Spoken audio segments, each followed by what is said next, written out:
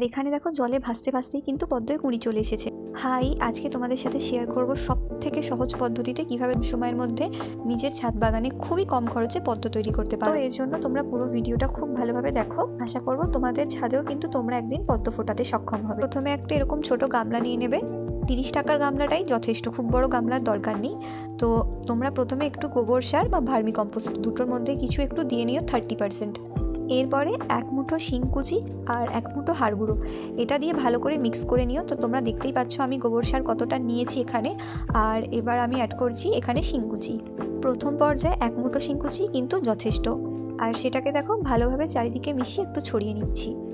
আর এরপর দিয়ে নেব কিন্তু 1 মুঠো হাড় গুঁড়ো। প্রথম পর্যায়ে কিন্তু শিংকুচি বা হাড় গুঁড়ো 1 মুঠো করে দিলেই হবে। এরপর গোবর সার বা ভার্মি কম্পোস্ট দুটোর মধ্যে যেটা তোমরা নেবে তার সাথে কিন্তু শিংকুচি আর হাড় গুঁড়ো ভালো করে মিক্স করে একটা মিশ্রণ তৈরি করে নেবে। তারপর এটাকে সমানভাবে একটা লেয়ার তৈরি করে দেবে। আর মাটি যেটা থাকবে সেই মাটিটা তোমরা চেষ্টা করবে একটু ঝুরঝুরে করে দেওয়ার, পারলে হাতে করে একটু গুঁড়িয়ে নিও। 30% সারের মিশ্রণ তো আমি আগেই তৈরি করে নিয়েছি, এবার কিন্তু এখানে মাটি দেবো 50%। তো দেখো এখানে মাটিটা খুব শক্ত বলে আমি আস্তে আস্তে হাত দিয়ে গুঁড়িয়ে নিচ্ছি। আর এই মাটিটা তৈরি করার সময় অবশ্যই কিন্তু তোমরা দেখে নেবে যে এর মধ্যে কোনো ঢিল বা নুড়ি পাথর আছে কিনা। যদি থাকে সেটা গুঁড়ো করার সময়তেই তোমাদের হাতে লাগবে আর তোমরা বুঝতে পারবে, তো তখন সেটা ফেলে দেবে। চেষ্টা করবে মাটিটা একদম ঝুরঝুরে করে নেওয়ার। তো তোমরা দেখতেই পাচ্ছ যে মাটিটা কতটা শক্ত হয়ে আছে, আর এটা ভাঙাটাও আমার কাছে বেশ শক্তের একটা কাজ। তবে গাছ লাগানোটা যেহেতু আমার কাছে নেশার মতো বা আমি গাছ লাগাতে খুব ভালোবাসি, তাই এই শক্ত কাজগুলো আস্তে আস্তে খুব সহজ হয়ে যায়, করতে বেশ আনন্দ লাগে। তো এখানে দেখো মাটিটা আমি সম্পূর্ণ তৈরি করে নিয়েছি। মাটিটা ভেঙে ঝুরঝুরে করে নেওয়ার পরও কিন্তু তোমরা হাত দিয়ে একটু মাটিটার উপরের লেয়ারটা সমান করার চেষ্টা করবে। তাহলে কি হবে বলো তো, যদি আর অন্য কোনো নুড়ি পাথর থেকে থাকে না, খুব সহজেই তোমরা বুঝতে পারবে, সেটাকে তোমরা তখন তুলে ফেলে দিও। সত্যি বলতে আগে পদ্ম নিয়ে একটা ভয়ই ছিল, কখনো বুঝতে পারিনি যে এত সহজ পদ্ধতিতে ছাদের মধ্যে পদ্ম ফুটিয়ে ফেলতে পারবো। আর এটা আমার দ্বিতীয় বছর। এর আগের বছর যখন প্রথমবার গাছ বসিয়েছিলাম কেউ কিন্তু বিশ্বাসই করেনি যে সেটা নাকি গামলার মধ্যে হতে পারে। কারণ আমরা ছোটোবেলা থেকেই দেখে এসেছি বড় বড় খাল বিলে পদ্ম ফোটে। আর একটা মিথ তো সবাই তোমরা শুনেছই যে পদ্ম গাছের গোড়ায় নাকি সাপ থাকে। তো যখন আমি ছাদে এনেছিলাম তখন সবাই বলেছিল যে এরপর নাকি ছাদেও সাপ আসবে। তো যাই হোক, এইসব কথায় তোমরা কান দিও না। দেখো আমি এখানে দুটো টিউবার নিয়ে নিয়েছি, খুব সম্ভবত এগুলোতে হলুদ রঙের ফুল হবে। আমি টিউবারগুলো উপরের দিক করে বসাবো। উপরের দিক হলো সেই দিকটা যেই দিকটা থেকে পাতা বের হচ্ছে, তোমরা সেই দিকটাই ওপরে রাখবে। প্রথমে টিউবার যতটা সাইজের আছে সেই অনুযায়ী টিউবারটা মাটির মধ্যে রেখে তো আন্দাজ করে নিতে পারবে।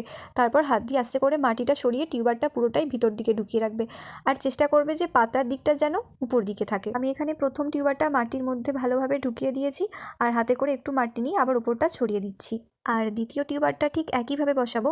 তো আমি এখানে এই জন্য একসাথে দুটো টিউবার বসাচ্ছি যে বাই চান্স যদি কোনো একটা টিউবার আমার নষ্ট হয়ে যায় তাহলে কিন্তু আরেকটা টিউবার থেকে সাকসেস অবশ্যই পাবো।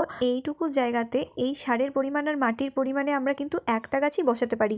দুটো গাছ বসানোর ক্ষেত্রে কিন্তু আমাদের একটু বেশি সারের প্রয়োজন, তবে সেটা এই মুহূর্তে না, বসানোর 2-3 মাস পর আমি তোমাদের আবার আপডেট দেবো যে তোমরা কিভাবে পদ্ম গাছে দ্বিতীয়বার সার প্রয়োগ করবে। তোমরা তো দেখতেই পেলে যে এই টিউবারটার দৈর্ঘ্য কতটা, তো সেই বরাবর আমি এখানে কিছুটা মাটি সরিয়ে টিউবারটা পুঁতে দিলাম। আর যেইখান থেকে পাতাগুলো বের হচ্ছে সেই দিকটা কিন্তু আমি দেখো উপর দিকে রেখেছি, রেখে ভালোভাবে টিউবারটা পুঁতে দিয়ে আর ওপরের মাটিগুলো সমান করে দিচ্ছে। আর যেই মাটিগুলো একটু ঢিল ঢিল মতো আছে সেগুলো কিন্তু আমি ভেঙে নিচ্ছি হাত দিয়ে। আর দেখো এখনও কিন্তু একটা দুটো কাঁকড় রয়েই গেছে, সেগুলো হাত দিয়ে তুলে ফেলে দেবো। আমি কিন্তু আজকে মোট 3টে গামলায় পদ্ম রিপোর্ট করব, তার জন্য নিয়ে নিচ্ছি আরও দুটো টিউবার। প্রথম টিউবারটা তো ঠিক আছে, কিন্তু দ্বিতীয় টিউবারটা আমি হাতে নিতে একটা সারপ্রাইজ দেখতে পেলাম।